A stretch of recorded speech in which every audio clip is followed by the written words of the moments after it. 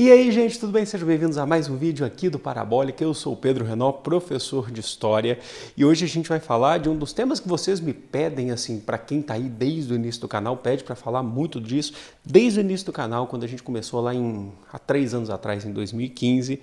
A gente vai falar um pouquinho sobre as teorias sociais do século XIX, que são temas, né, que na verdade é o tema que é muito cobrado em vestibulares, é muito cobrado no Enem. Então vocês precisam saber tintim por tintim desse tema. Antes da gente começar, eu já te convido a curtir esse vídeo. Se lá na frente você perceber que esse vídeo foi produtivo, foi algo importante para o seu aprendizado, para o seu estudo, né? Ou então se você quiser curtir agora, não tem importância não, né? Mas olha só, e também compartilhar depois, né? Depois que você assistir esse vídeo, compartilhar para ver, né? Passar para os seus amigos, principalmente para a gente multiplicar o conteúdo aqui do Parabólica e é lógico para a gente nunca reter conhecimento, porque a gente sabe que a vida é muito difícil nesse Brasil aqui, né? Nesse amado país, a vida não é fácil, é complicada e quanto mais a gente tiver acesso à informação, tiver acesso do que eu estou produzindo aqui humildemente para vocês, acho que isso é muito bacana. E também se inscrever no canal se você ainda não for inscrito, né, para poder receber mais aqui atualizações aqui do Parabólica, ok? O tema então são as teorias sociais do século XIX, a gente vai falar de alguns pensadores e vocês vão prestar bastante atenção, peço que vocês prestem bastante atenção, anotem tudo que eu for colocar para vocês. Agora, para entender, antes da gente falar de cada pensador, a gente precisa entender o contexto social do século XIX. A gente vai falar de teorias que surgiram principalmente na Inglaterra e na França, e não é à toa isso, porque no século XIX a gente está vivendo o que a gente vai chamar de segunda revolução industrial. É a segunda fase de um processo de revolução industrial, onde as indústrias estão cada vez mais influentes nas vidas das pessoas, principalmente nesses dois países, Inglaterra, França, mas também a gente tem o que seria a Prússia, o que seria hoje a atual pedaço atual da Alemanha, mas estão crescendo. E o século XIX, a realidade para o patrão, para o dono de uma fábrica no século XIX, é uma realidade um pouco melhor do que a realidade de um proletário. O proletário, ele, por conta da ausência de leis trabalhistas, a gente não tinha leis trabalhistas, tá? Então não era nada regulado nos países.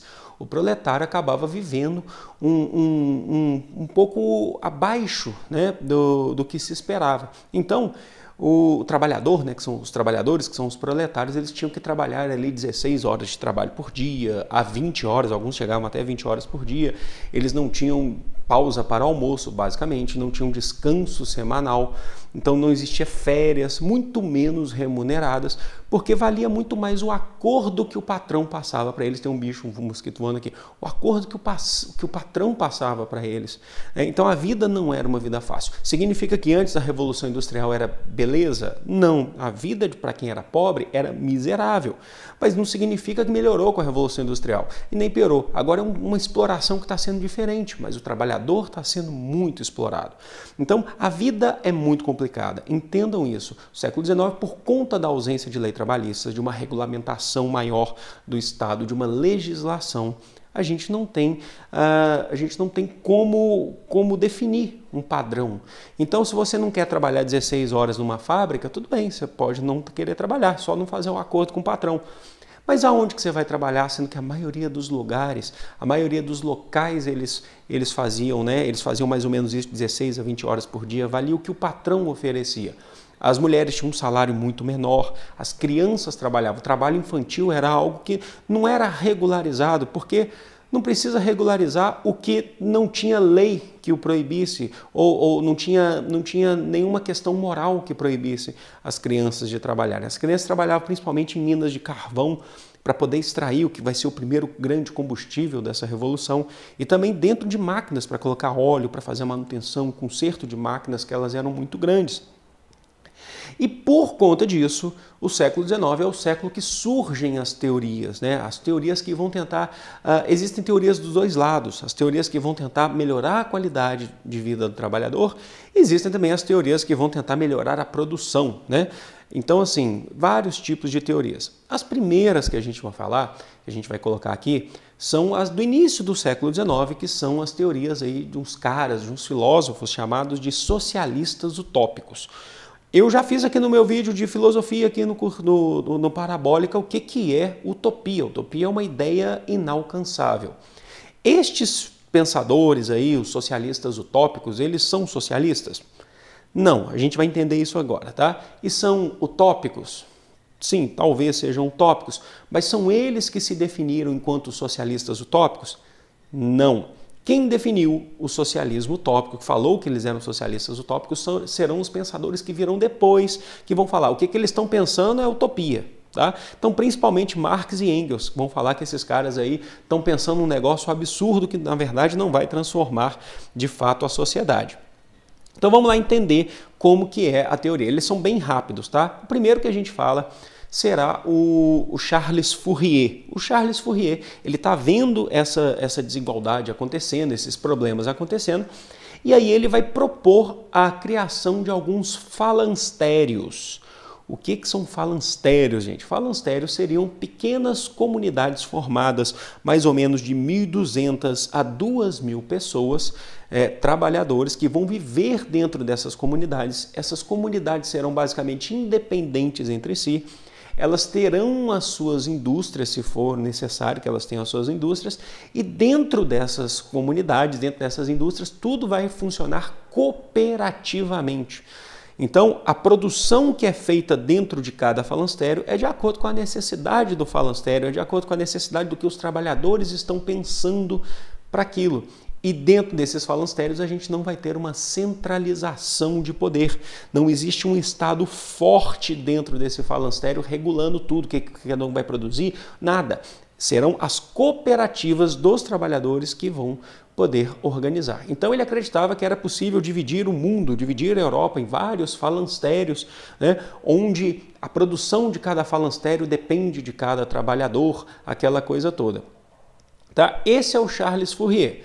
Ele vai ser colocado como um socialista utópico porque as pessoas vão falar assim, né? Os pensadores que virão lá na frente, Marx e Engels, vão questionar, falar assim, mas esse falancério não vai dar certo porque você está falando de dividir por falancério, Europa por falancérios, né? Que cada um vai ter a sua produção. Olha só a complexidade que é isso para poder colocar em prática. Um segundo socialista utópico que eu passo para vocês é o cara que nasceu lá no país de Gales, o Robert Owen, que é bem diferente a teoria dele do que a do Charles Fourier. A começar que o Robert Owen, ele era dono de uma fábrica de tecidos na Inglaterra. Então ele era dono de uma fábrica de fios na Inglaterra. E ele está olhando aquela situação deplorável dos trabalhadores, o que está acontecendo, e como empresário, então guardem bem isso, o Robert Owen é um empresário.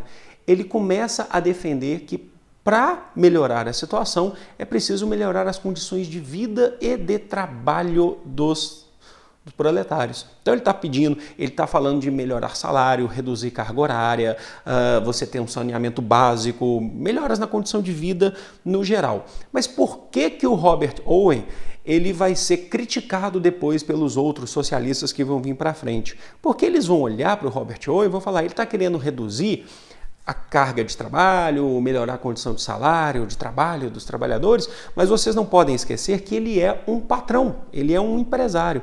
No fundo, ele está querendo fazer tudo isso para quê? Ele está querendo fazer isso porque ele está vendo que um trabalhador cansado produz pouco e ele está querendo aumentar a sua produção. Ele não quer dividir o lucro da sua fábrica, ele está querendo mesmo aumentar o seu lucro, tá? É isso que eles vão identificar aí que o Robert Owen está fazendo. E o terceiro socialista utópico vai ser o Saint-Simon, ou em francês você pode chamar de Saint-Simon. O Saint-Simon, até mesmo por ser francês, ele analisou muito, por exemplo, a Revolução Francesa, até mesmo por conta de ser francês, que veio aí um movimento que aconteceu extremamente importante na história, aconteceu pouco antes aí dele fazer a sua obra, né, algumas décadas antes. E ele percebe que a Revolução Francesa foi um movimento que derrubou a monarquia absolutista e acabou colocando uma burguesia no poder, mas com a ajuda do povo, com certeza. Só que ele identifica que a Revolução Francesa foi um movimento extremamente sangrento, né, que cabeças rolaram na guilhotina, principalmente no período jacobino, o famoso período do terror, em 1792. E ele é contra esse tipo de violência. O Saint-Simon, ele vai pregar, então, uma transformação social que não seja baseada na violência. Ele está falando para a gente que ele acredita que as fábricas, né, essas fábricas que estão causando um estardalhaço no mundo inteiro, essa nova era, nessa revolução industrial, essas fábricas elas devem de fato estar sob responsabilidade dos trabalhadores, elas de fato devem estar sob responsabilidade dos proletários. Mas espera aí, então o cara é um burguês, ele tem uma fábrica e os trabalhadores vão tomar a fábrica e você não quer que esse processo seja violento?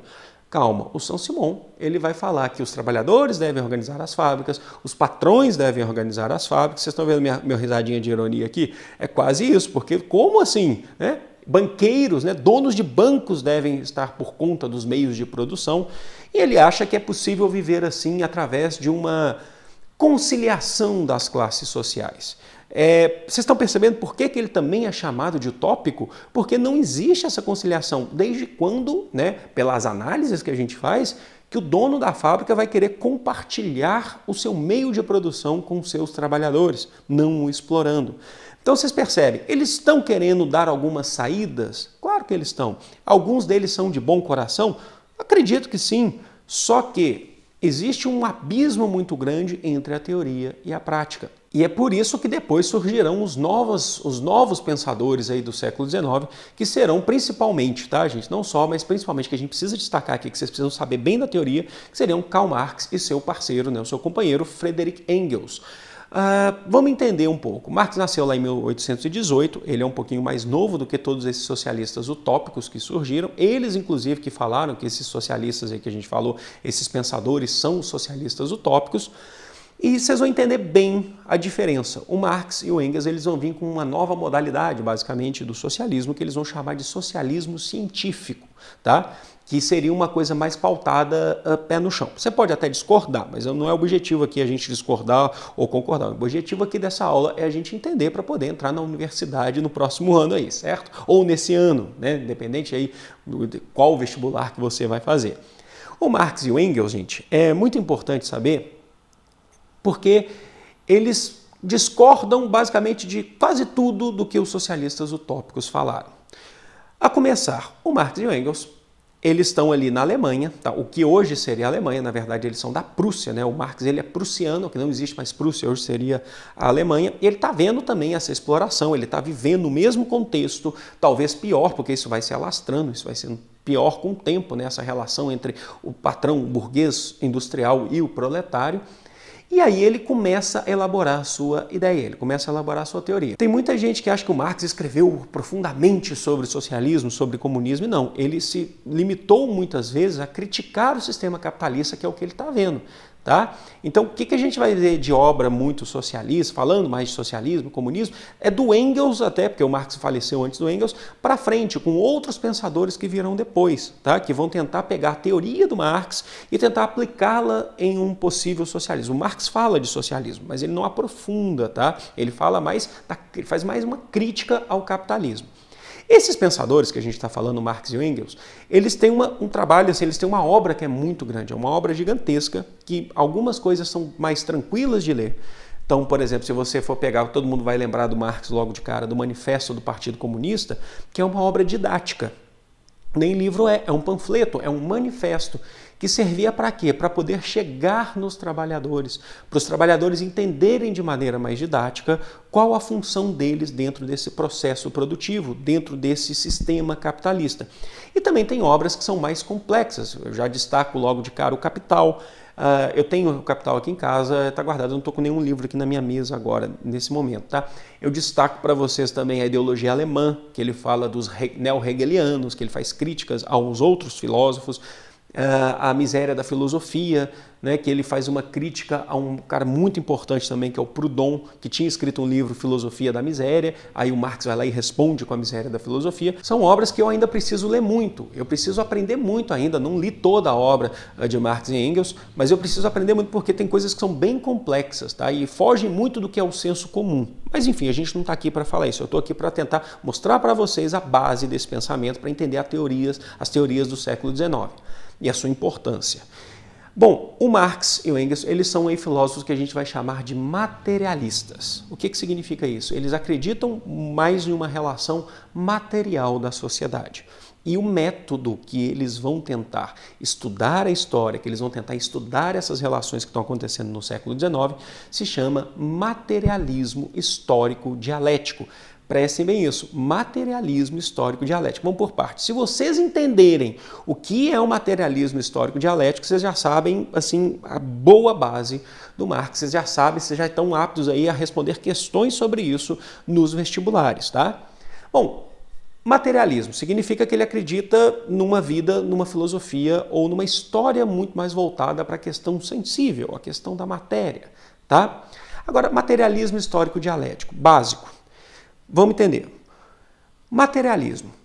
Para o Marx e o Engels, eles acreditam que as relações da nossa vida, elas são baseadas nas relações de produção. Tá? Significa que a relação de vida, a nossa cultura, a nossa vida no geral, ela é diretamente influenciada pelas relações de produção, que é uma relação material, porque dentro de uma fábrica não se visa a produção, não se visa a elaboração de algum produto, de uma matéria, de algo assim. E dentro dessa fábrica não existe a desigualdade que a gente está vendo aqui no século XIX, os socialistas utópicos inclusive já estão abordando isso. Então, ele está falando que essa relação é a relação que define uma sociedade capitalista, é isso que define a nossa sociedade, né? Que seria o materialismo. Tá? E aí ele vai entrar com dois conceitos que eu peço para que vocês não se percam nesses conceitos, mas é bem tranquilo. Tá? Do jeito que eu vou explicar, pelo menos eu acho que vai ser bem tranquilo. Tá? O Marx escreve muito sobre isso, mas não é o caso aqui. Ele vai falar de dois conceitos importantes, que é um conceito que a gente chama de estrutura e um outro conceito que a gente chama de superestrutura. Não confundir, estrutura e superestrutura. O que é a estrutura? A estrutura é a relação materialista de produção que a gente está falando. Ele está falando que o patrão dá o emprego, o trabalhador vende a sua mão de obra, né? Vende a sua força de trabalho, trabalha para a fábrica, o lucro não fica com ele, o lucro fica lá com o patrão e por aí vai. Isso é a estrutura. Ele está falando dessa relação materialista, né? Visando o lucro de uma fábrica. É uma relação entre burguês e proletário. Tá? E a superestrutura. A superestrutura é a cultura de uma sociedade.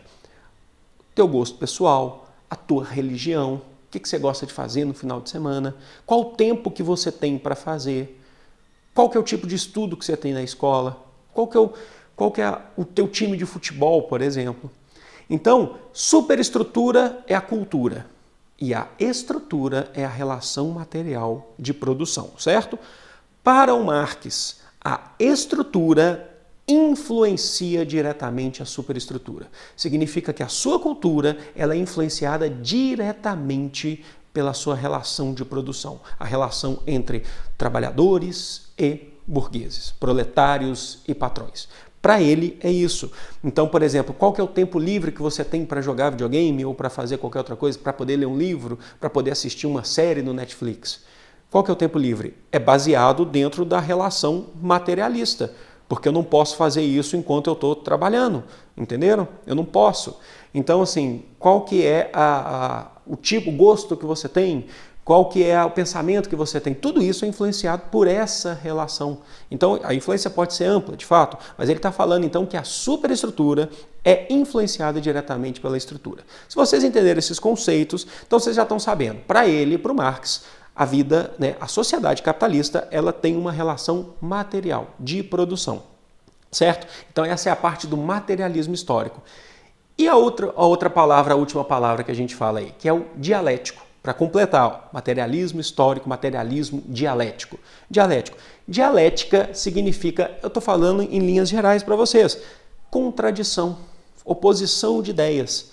Tese, antítese, gera uma síntese, certo? Então, dialética significa oposição de ideias. E aonde que está a contradição aí nessa palavrinha meio compridinha que a gente deu de materialismo histórico dialético? Está justamente na relação de produção. Então existe uma contradição, porque para o Marx o trabalhador vende a sua força de trabalho para o patrão, tá? Ele vende a sua força de trabalho e ele não fica com a maior parte do lucro do que ele produziu. Ele fica com pouco lucro. Por quê? Porque ele não é dono do meio de produção. O meio de produção é do patrão. Então, o Marx ele vai falar que é uma relação dialética, é uma relação contraditória. Tá? E aí esse trabalhador ele fica com a menor parte do lucro da fábrica. E quem vai ficar com a maior parte do lucro? O patrão, o dono da fábrica. É o que ele vai chamar de mais-valia. Ele fica com o que mais vale, o que mais deu lucro da fábrica. Entenderam? Lógico, então nós sabemos que para o Marx o capitalismo é seguido aí através desse materialismo histórico, né, dialético, né, existe uma contradição dentro do capitalismo, existe essa relação de produção. E aí que ele acredita, o que vai diferenciar ele bem dentro do materialismo histórico dialético, diferencia bem dos socialistas utópicos, é que Marx e Engels acreditam que os trabalhadores devem tomar os meios de produção. Quando a gente fala em tomar os meios de produção, não é tomar qualquer coisa, tomar o computador que eu estou usando aqui, o microfone, a roupa. Não é isso, não é tomar a propriedade, mas sim os meios de produção, o que fazem a sustentação de uma sociedade economicamente, tá? E você pode questionar, você pode duvidar, lógico, todo mundo tem o direito, estamos dentro de uma democracia, mas eu estou aqui explicando para vocês o que eles pensavam, para você colocar na sua prova, né? Então eles acreditavam que os trabalhadores tinham que tomar esses meios de produção. Para Marx e Engels, não existe a conciliação de classes sociais, assim como alguns dos socialistas utópicos pregam. Como eu falei para vocês, o Saint-Simon acreditava que uma fábrica deveria ser gerida por trabalhadores, burgueses, banqueiros. O Marx fala não existe a conciliação de classes, porque um vai ter que sempre o burguês vai sempre querer explorar o trabalhador, e o trabalhador quer sair dessa situação. Ele tenta levar isso, esse método a gente leva para outros tempos históricos também. Porque se a gente parar para pensar em outros tempos históricos, sempre teve uma relação de produção, uma relação de propriedade. O Marx fala isso, que lá no tempos da Idade das Pedras já existia uma relação de produção. No tempo do escravismo romano já existia uma relação de propriedade, mesmo que não seja uma propriedade igual ao capitalismo. Ele fala que existe. E as sociedades só se transformaram a partir do momento que os seres humanos mudaram, colocaram a mão na consciência e falaram, a gente precisa mudar isso. Então, para o Marx, não adianta conciliar classes. Os seres humanos, homens e mulheres, devem se conscientizar. Ele fala, os trabalhadores não têm nada a perder a não ser os seus grilhões, né? O que os prende, as suas algemas. Então, ele acredita que só a partir de um processo que ele vai chamar de luta de classes. Só na luta de classes você consegue transformar essa realidade. Se você não entrar no processo de luta de classes, o que você vai ter serão essas tentativas de conciliação. Ok? Está dada a teoria do Marx e Engels, os socialistas utópicos também. E para finalizar, por que é importante, né? Por que essas filosofias, essas teorias sociais do século XIX são importantes, inclusive para a gente? Hoje em dia. É importante porque pode cair muito no seu vestibular, no Enem é muito cobrado isso, lógico, mas é importante porque os trabalhadores ao longo da história começaram a se organizar para poder transformar as suas realidades.